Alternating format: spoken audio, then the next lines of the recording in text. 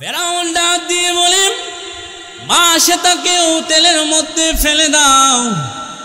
এমনি মা শ্বেতাকে তখন হাতের মধ্যে ধরা হয়েছে। দুইটা সন্তানকে যখন তেলের মধ্যে ফেলে দিয়েছি, এই সন্তানগুলা ডাক দিয়ে বলে, মা গো ভয় পেন না, আপনার ঈমান দুর্বল করে দিয়েন না। ও মা, ওই ফেরাউন তো আমাদেরকে তেলের মধ্যে ফেলেছে, ঠিক কথা। তেলের মধ্যে যখন ফেলেছি, তেলের মধ্যে গিয়ে দেখি এটা তেল নয়, এটা হলো জান্নাতের বাগান। মালিক ইবনে দিনার রহমাতুল্লাহি আলাইহি ঘুমের মধ্যে চলে গিয়েছে। মদ পান করতে করতে একবারে অচেতন হয়ে গিয়েছে। ওনার মাথার মধ্যে কোনো সেন্স ছিল না। মালিক ইবনে দিনার রহমাতুল্লাহি আলাইহি উনি হঠাৎ স্বপ্ন দেখে কিয়ামত কায়েম হয়ে গিয়েছে, প্রত্যেকটা মানুষের বিচার কার্যকলাপ শুরু হয়ে গিয়েছে। উনাকে দেখা যায় পিছন দিক থেকে অনেক বড় একটি সাপ মালিক ইবনে দিনার রহমাতুল্লাহি আলাইহিকে দৌড়াইতেছে। মালিক ইবনে দিনার উনি দৌড়াইতে দৌড়াইতে এক পাহাড়ের কাছে গিয়েছে। গিয়ে দেখে যে এক পাহাড়ের মধ্যে এক বৃদ্ধ লোককে ডাক দিয়ে বলে, এ বাবা, এত বড় সাপ আমাকে দৌড়াইতেছে, এ সাপের কাছ থেকে আমি কিভাবে উদ্ধার হতে পারি, আমাকে কি বাঁচাইতে পারো? বৃদ্ধ লোক এমনি ডাক দিয়ে বলে, আরে মালিক, আমি বড় দুর্বল, আমার হাড্ডিগুলা বের হয়ে গিয়েছে, সুতরাং আমি তোমাকে এত বড় সাপ থেকে বাঁচাইতে পারবো না। মালিক ইবনে দিনার রহমাতুল্লাহি আলাইহি আরো দৌড়াইতে দৌড়াইতে সামনে যায়। গিয়ে দেখে যে এত সুন্দর একটা ঘর দেখা যায়। হঠাৎ ঘরের দরজার দিকে লক্ষ্য করে দেখে ওনার যে ছোট মেয়েটা ছিল, ওই ছোট মেয়েটা মালিক ইবনে দিনার রহমাতুল্লাহি আলাইহির কোলে উঠে গিয়েছে। সুবহানাল্লাহ। মালিক ইবনে দিনার রহমাতুল্লাহি আলাইহি আশ্চর্য হয়ে গেলেন।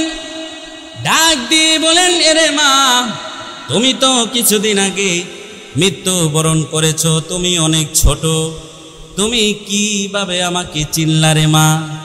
মেয়েটা ডাক দিয়ে বলেন, এ বাবা, ওই যে ঘরটা দেখতেছেন আলো জ্বলতেছে, ওই ঘরের মধ্যে আমি থাকি। বাবা ডাক দিয়ে বলে, মেরে, এত বড় ঘরের মধ্যে যে থাকো, তোমার কোনো কি ভয় হয় না?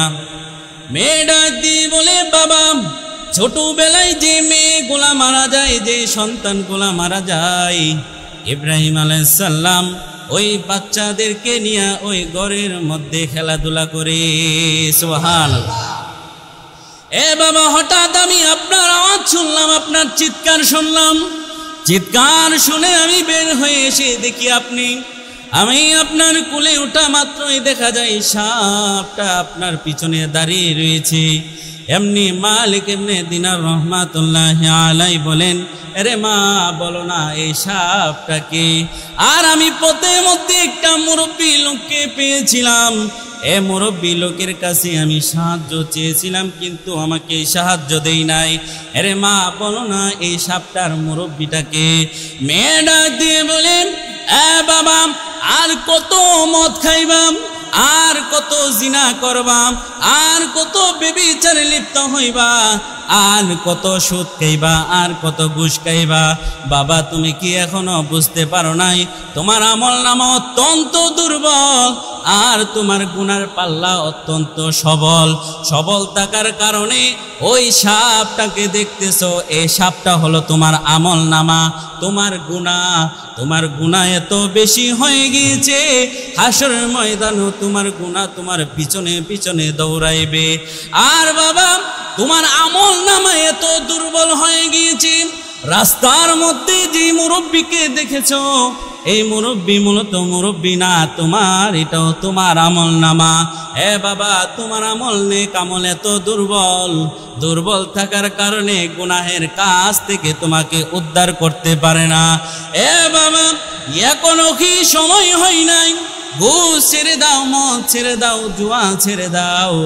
এমনি হযরত মালিক ইবনে দিনার রাহমাতুল্লাহি আলাইহি যখন হঠাৎ করে ঘুম ভেঙে যায়, এমনি তিনি ঘুম থেকে উঠে যে এখনো রাত রয়েছে।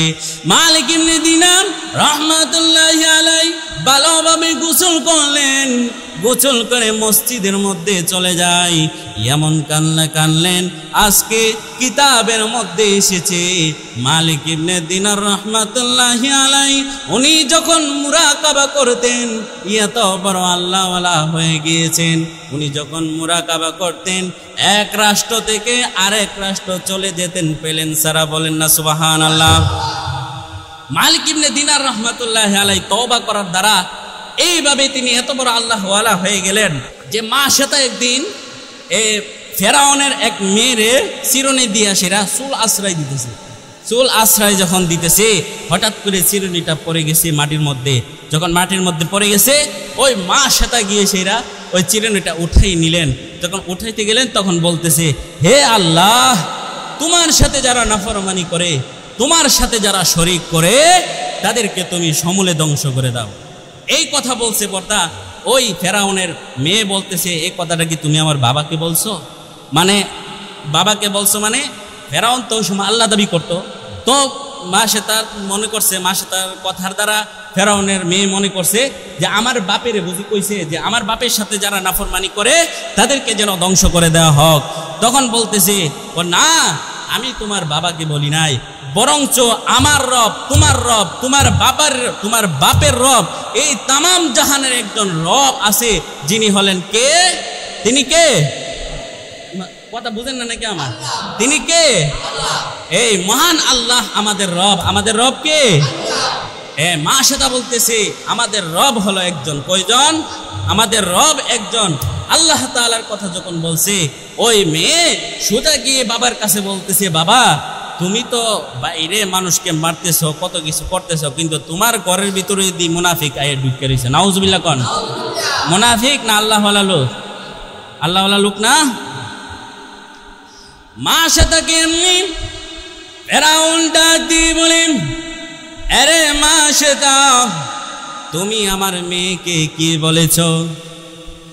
ফেরাউনের কথা শুনে দাসী মা সেটা ডাক দিয়ে বলেন, আরে ফেরাউন, আমি তোমার মেয়েকে বলেছি আমার রব, তোমার পিতার রব, তামাম জাহানের রব একজন আছে, ওনার নাম হলো মহান আল্লাহ। ফেরাউন ডাক দিয়ে বলেন, আরে মা সেটা, তুমি কি আমাকে মানো না? আমাকে রব হিসাবে মানো না? মা সেটা ডাক দিয়ে বলে, আরে ফেরাউন, তুমি রব কোথায় থেকে হইলা? তুমি যদি রব হইতা রে, এ তামাম জাহান যদি তুমি বানাইতা, তাহলে তুমি তোমার নিজের নাকটারে কেড়ে সেবরা কইরা বানাইলা। দেখছেন কি একটা কথা কইছে? তুমি যদি নিজেই রব হইতা, তাহলে তোমার নাকটা সেবরা কেড়ে। এক কিতাবের মধ্যে আসছে ফেরাউনের নাক আসিল লম্বা, আবার আরেক কিতাবে আছে যে ফেরাউনের নাক আসিল সেবরা।